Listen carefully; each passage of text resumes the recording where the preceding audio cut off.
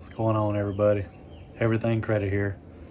So, first, I want to apologize for not making any videos or not posting any results lately.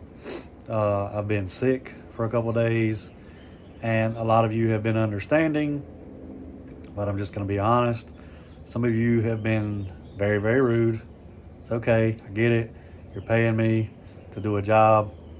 But one thing that a lot of people aren't doing, I literally had to cancel over 20 people today from my program for not uploading a new proof of address. If it's older than 60 days, you're wasting my time and your time and wasting money. That's not me trying to be rude. That's not me trying to judge. It's just if you can't get me the new document, the bureaus are not going to investigate and they're just going to throw the disputes out the window. If y'all have any questions, leave them in the comments. Hope y'all have a great night.